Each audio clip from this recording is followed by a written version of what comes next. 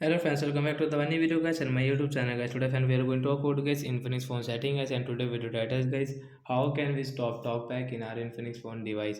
Friends, you want to stop guys talkback guys by mistake guys you have on, and guys you don't know guys how to stop guys this talkback setting. So how can you stop today friends? I will show you, I will tell you guys.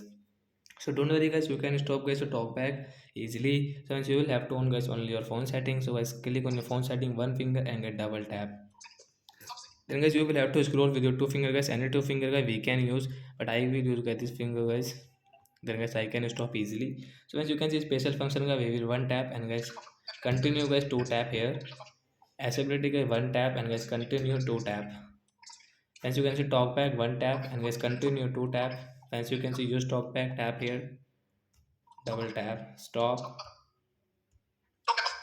So once your talkback will stop, and guys you can see guys this talkback is will not work in Infinix phone device guys. We can use our phone with this one finger guys. So like that guys we can use Infinix phone without this talkback setting. So that's it guys. Thanks for watching.